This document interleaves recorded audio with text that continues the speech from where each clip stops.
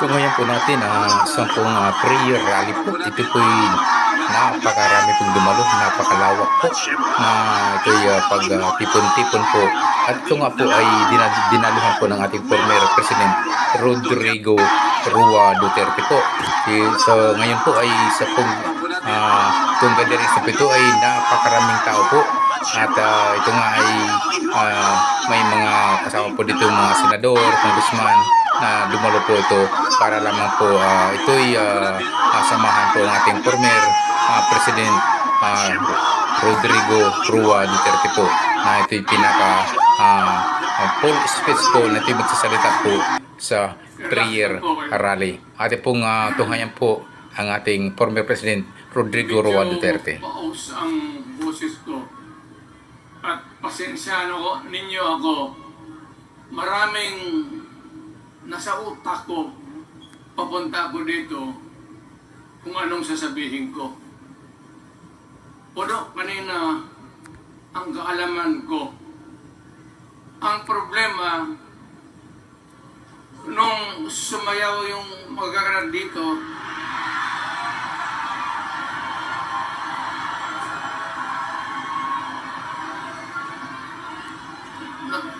nakalimutan ko. Matanda na rin kasi ako.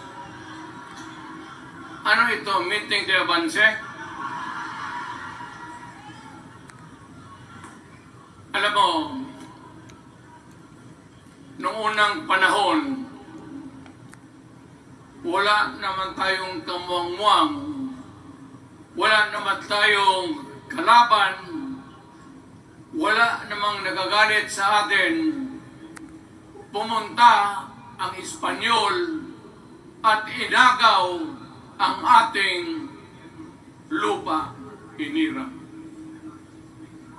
For 400 years, nagtiis ang Pilipino, subjugated by foreigners.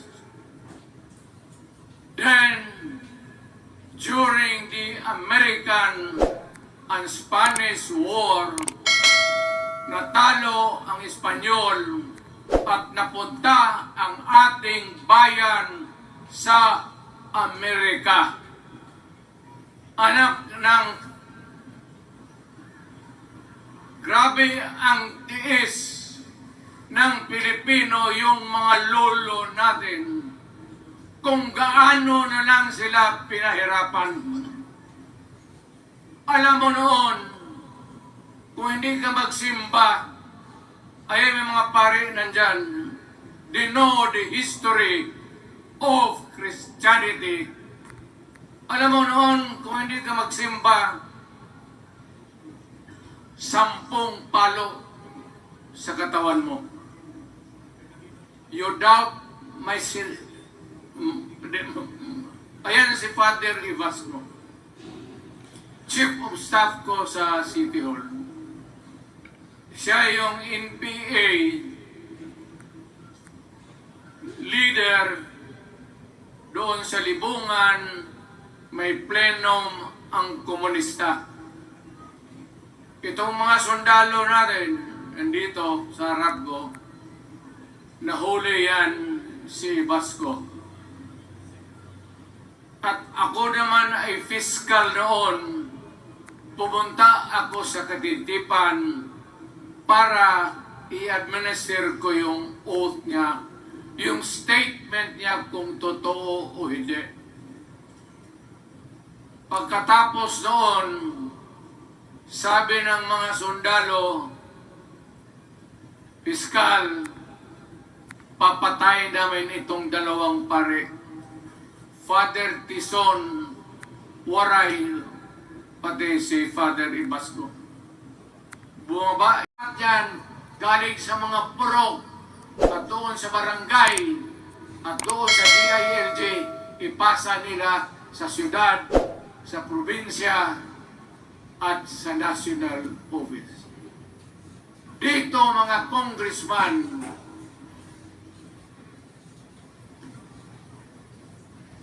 alam ninyo, kung magkaletse-letse yung buhay na ito. Sabihin ko sa military, siraan ninyo yung Congress. Siraan ninyo yung Congress. Ilagay ninyo sa utak ninyo yan. Bahala kayo. Walang araw, magsisihan. Pero kasi umuulan naman, hindi ulan.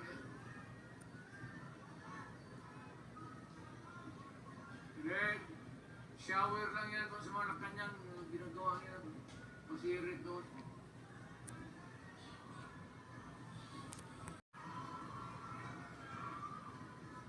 Kayong mga military, alam ninyo yan? Magastos, nagbabayad tayo, nag-usek-usek sa kwarta. Sige pamayad para People's Initiative. Para People's Initiative.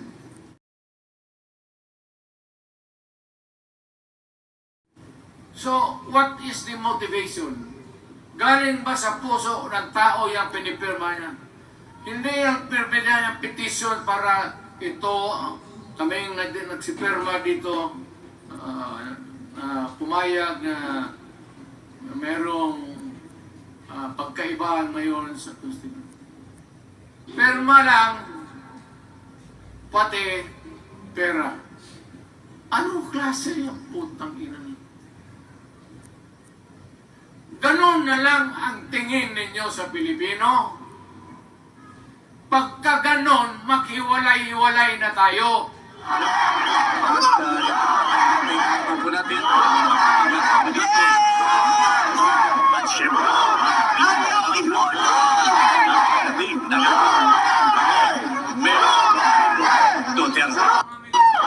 Ninyo yan.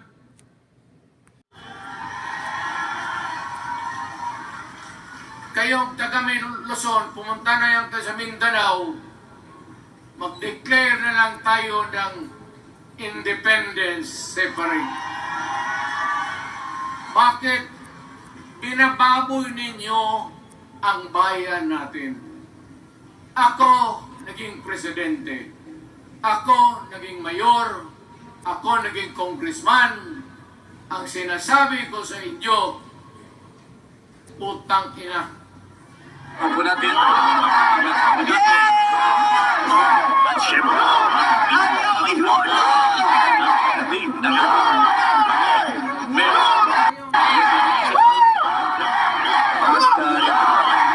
opo natin.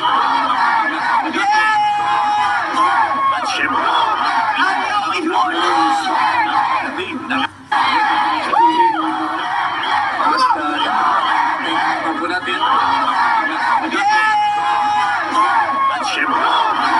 Ng laway nung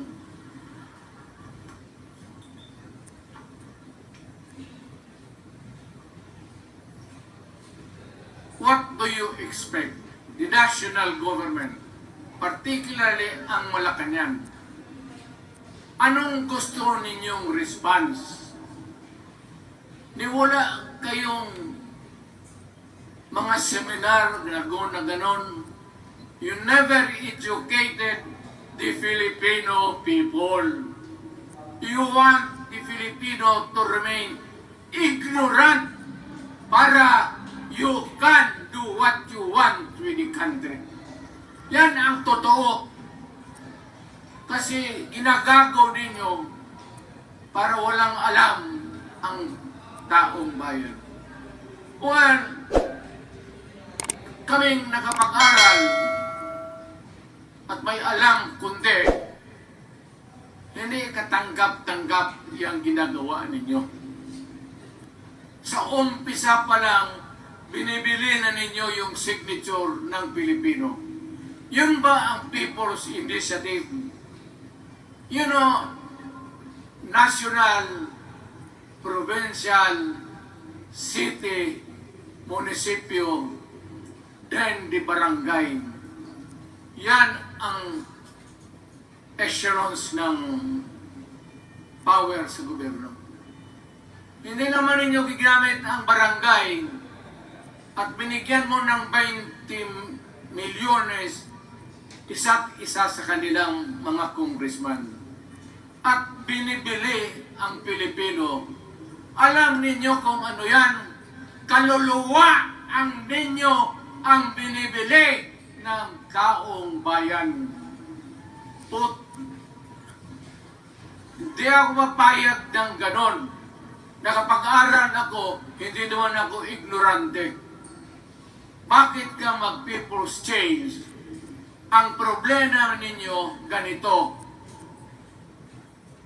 Hindi pa, mauna. Ang malas ng Pilipinas, every president, almost all, pag upo na dyan sa Malacanang, walang ginagawa kung mag-isip ang mga putang ina kung paano That's the problem. Bakit ganon kayo? Ang demokrasya may eleksyon. Para naman, tignan ninyo, Presidente Osmeña Bisaya. Ang napalaala ko ba, Garcia Bisaya. Then, Magsaysay Ilocano. Then, si Quirino Ilocano. Ganun dapat. Ang election is a cleansing process. Gumagalaw yan, huwag mong pigilan. Ngayon, kung ikaw nandyan, naupo ka, you stop the process of governance, hintuin mo, kasi pabain mo ang termino, gusto mo, sabi ko nga sa iyo, Mr. President, kaibigan kita, bingo. Pag pinilit mo ito, lalabas ka ng Malacanang kagaya noong panahon na pinalaya sa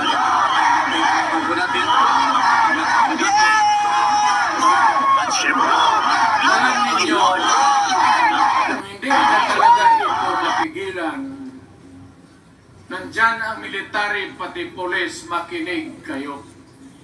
Pag-aralan ninyo kung ano yung pinapakain nila sa taong bayan. At pagka nakita ninyo kung ano ang mali, you correct it.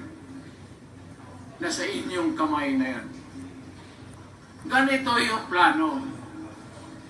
Presidential, tapos parliament. Ang presidential, lahat kayo, ako, ikaw, lahat, hanggang doon, nagboboto, direct vote to elect a president. Itong parliament, prime minister lang ang magboto, yung mga assembly who are the congressmen now. Putang ina ninyo, wala akong tiwala sa inyo. Wala kayong prinsipyo, mukhang pera kayo lahat. Yan ang totoo. Kaya gusto ko, pag nagka-letse-letse na pumasok ng military, palitan ninyo lahat. Arestuhin ninyo kasi nagsasayang ng pera at yung ginagastos nila is a fraud, swindling ang ginawa nila. You must account for the wasted money, for the money that you bought the signature of a Filipino bribery.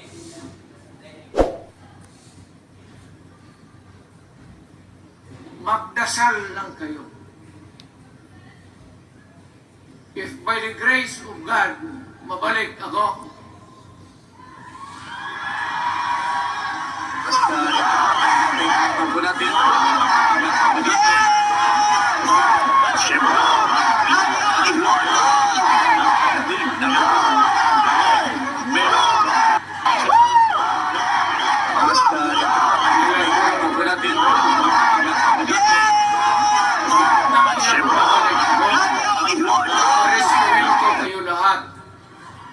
for the swindling of the Filipino people, you committed fraud.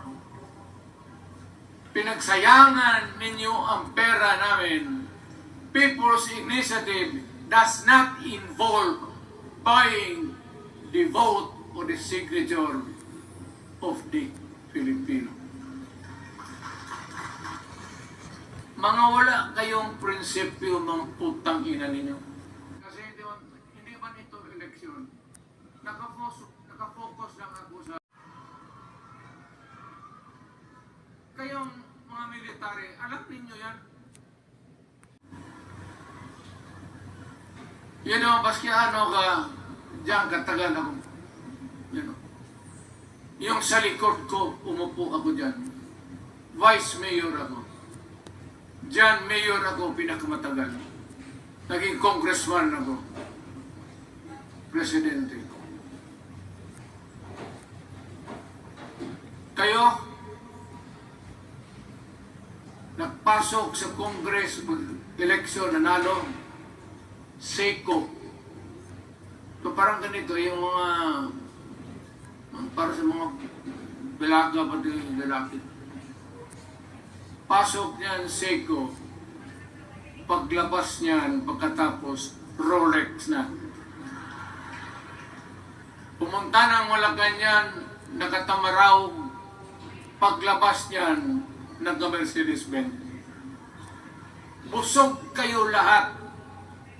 Tingnan ninyo yung mga bahay noon ng mga congressman at tingnan ninyo ngayon kung ano kayaman sila, lalo na yung mga bahay nila sa Maynila.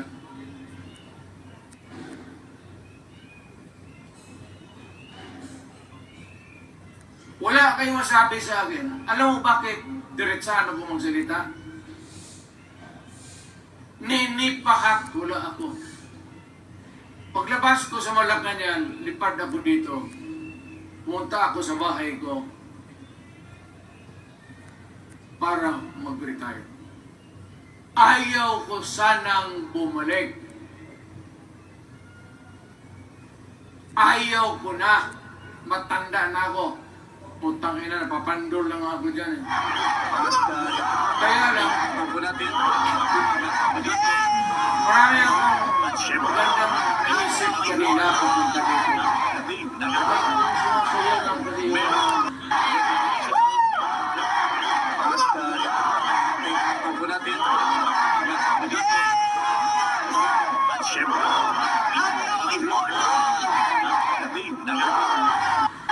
mali. Napakante tuloy, nagkalimutan ko. Huwag kayo magpaloko. Alam mo, Parliament, ang ambisyon niyan, karamihan, galing kay Lisa Marcos, pati kay Romualdez. Bongbong bangag yan.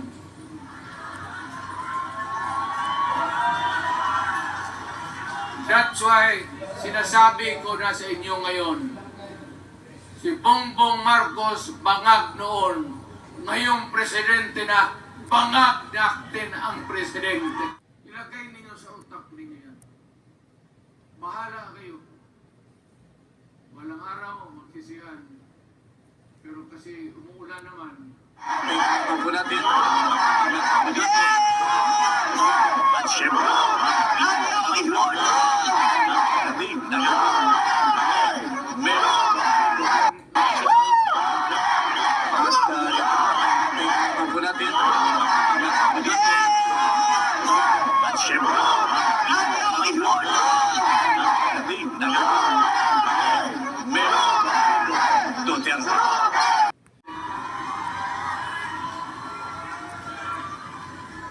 Kayong mga military, alam ninyo yan? Lalo na yung nasa Malacanang. Alam ninyo, the armed forces of the Philippines, alam ninyo, may drug addict tayo na presidente, putang inang yan. Ayun ang bakit ako nagkaroon ng kaso ng ICC. Sabi nila, pinapagpatay ko raw yung mga drug user at drug addict. Mabutit na lang, wala na ako sa pwesto, baka kasali ka pa. Ilagay ninyo sa utak ninyo yan. Bahala kayo. Walang araw, magsisihan. Pero kasi umuulan naman, Tubo natin. At syempre, Panginoon.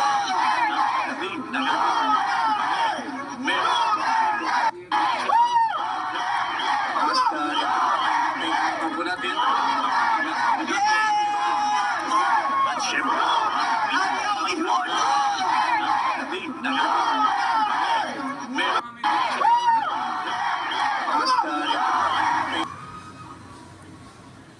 no, Mr. President, pinilit ninyo kami. Kayo yung kinikit sa Bisaya, kinikitoy mo yung Pilipino. You are testing the waters, not even. You are, pushing to the limits ang pasensya ng Pilipino. Huwag mong gawin yan.